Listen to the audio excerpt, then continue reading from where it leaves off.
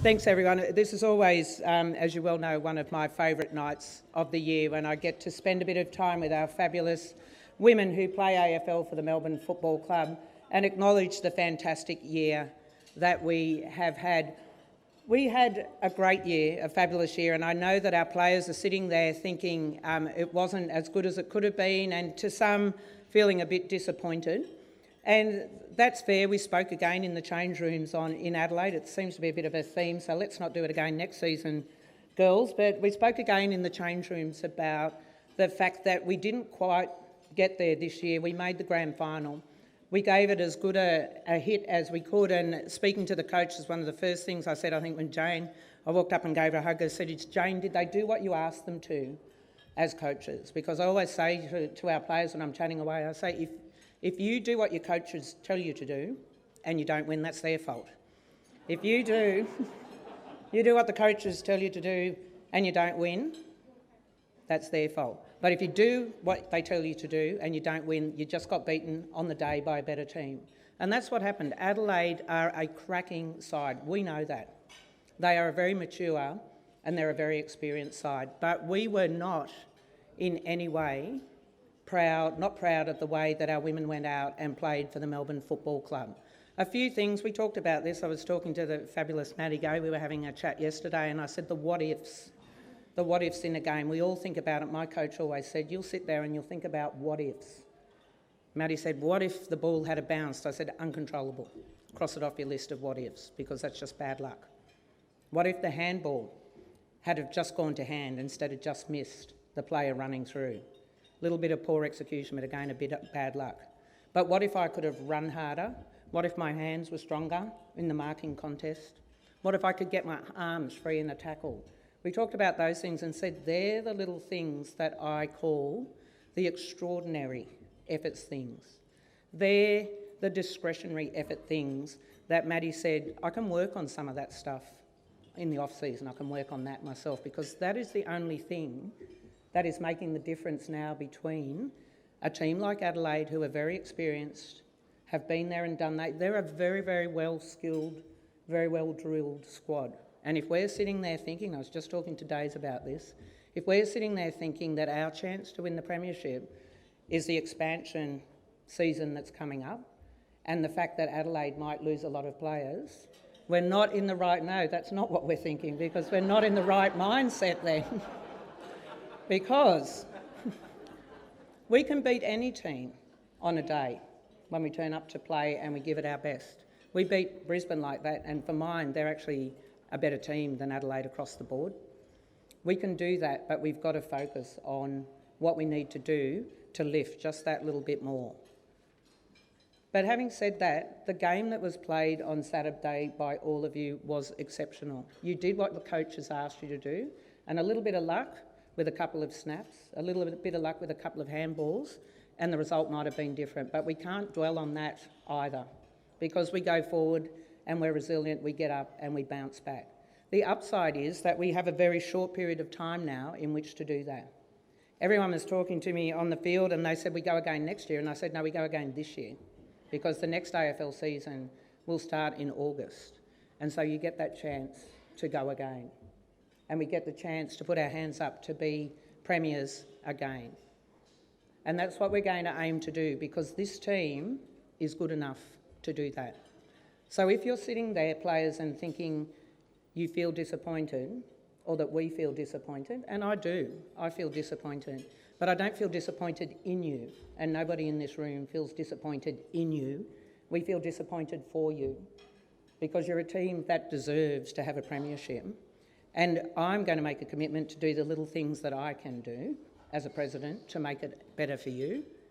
And Purdy, I'm sure, will sit there and make a commitment to the little things that he can do as CEO to make it better for you. And all you need to do is that little bit of commitment to make those little things that make the difference lift you above any team in the competition, whether Adelaide lose players or not. So we are all here to celebrate the success of our season that has just been. And I don't want anyone to think for any minute that it wasn't a highly successful team.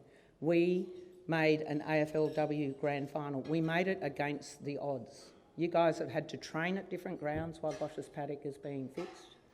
You have to work and try and get yourself to Casey on times which is not a short drive to get to training in the afternoons. We seem somehow to end up having to play every top team in the competition. We don't seem to get a game against Geelong or the Gold Coast any year. I'm not sure why. At their home ground, as someone said. And we get the joy of playing on that biscuit tin that they call Norwood Oval. So it has been a very, very difficult season for you, and you have come through and you have done every single person in this room proud. We could not be happier that you are the players that play for the Melbourne Football Club, that pull on the red and blue for us every week. And we're here to celebrate that tonight. I know the first thing that you will all say, if you are the recipient of any one of these awards, is that the individual accolades don't really matter because we're here to win as a team. And that's a great thing, because I can tell you the person who feels worst in the AFL at the moment is Marcus Bontempelli, because he was the best player on a team that didn't win the premiership. And that doesn't give you any joy. But tonight, in reflecting on what you've done and what you've contributed, if you are the recipient of an award, just take a moment to think that this is actually voted on by the people who know. This is voted on by people internal to our club, and they have selected you for that award because they see in you that you are doing those little things that I talk about, the discretionary effort things. So be proud of that award because it's very important. If you haven't won one of those awards tonight, that doesn't mean that you aren't working hard, and that doesn't mean that you're not putting in the discretionary effort things. And you know what? There's an opportunity to pick one up next year as well. So be proud if you are a recipient or not tonight.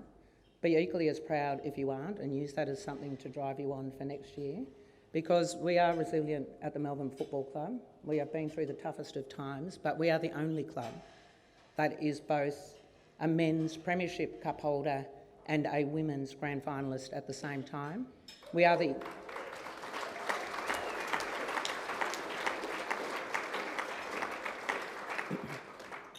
only club, and I checked with Purdy the other day, I said we must surely be the only club ever in the history of the AFL to have the reigning men's Coach of the Year and the reigning women's Coach of the Year at the same time.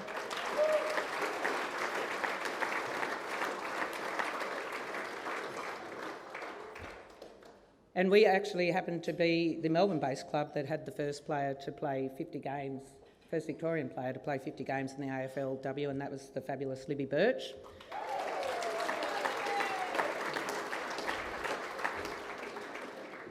Karen Paxman, the cyborg. I don't know how Paxi does it. Paxi played 50 games for us against Brisbane, Paxi, in our prelim. And of course, Mick brought up his 50th game coaching for us in the grand final. That's not an easy thing to do because you think of a season, it's 6 or 8 games a season. So this is the equivalent of men playing 150 games. So they are not insubstantial milestones, and we thank you for representing our club so well. To the staff, and in particular Mick and your coaching team, you are brilliant. I remember talking to Daisy, I think last year it was Daisy, we were coming back from Adelaide, and I said, Daisy, you're going to stay, will you play on? She said, I will if you can get Mick to stay. And so that was one of the key things that we worked on, Mick, is that you are held in such high regard, obviously not just by the players here, but by the coaches around the league and the other clubs.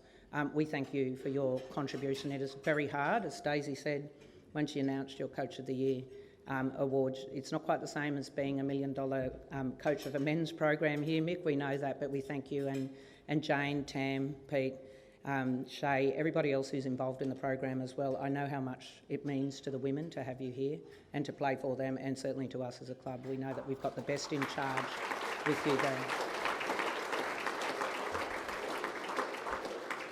To the very, very special group that are here tonight in our players' parents, I've probably spent more time, I think, with you in the last 3 days as a playing group than we have in the last couple of years because of COVID, and one of the greatest joys of all those functions is being able to have met your parents and spend time chatting to them.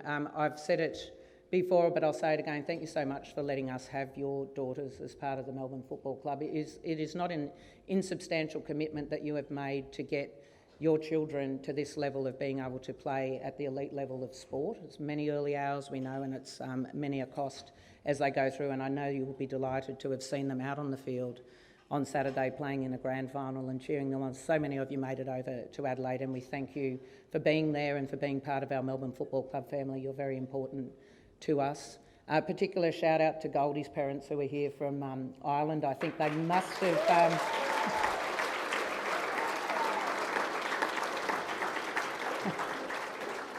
They must have made, I think, the longest journey in the history to get here and watch their daughter play, and we really do appreciate the fact that you are over here and watching their daughter play her first game live, which is very exciting, so welcome to you. And also to all our player sponsors, to our fabulous Demon Army who are here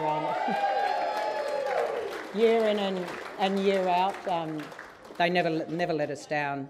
It's such a joy to all have you as part of the Melbourne Football Club family. We couldn't do it without you, and I know that any time I spoke to any of our women, they were so grateful to have you as part of our journey. So enjoy tonight. I know it's difficult at times because you think of the Saturday result, but this is a night for you to celebrate the success of last year, and as I said, we can look forward to next year and bigger and better things. We are good enough to do this, and we will get it done.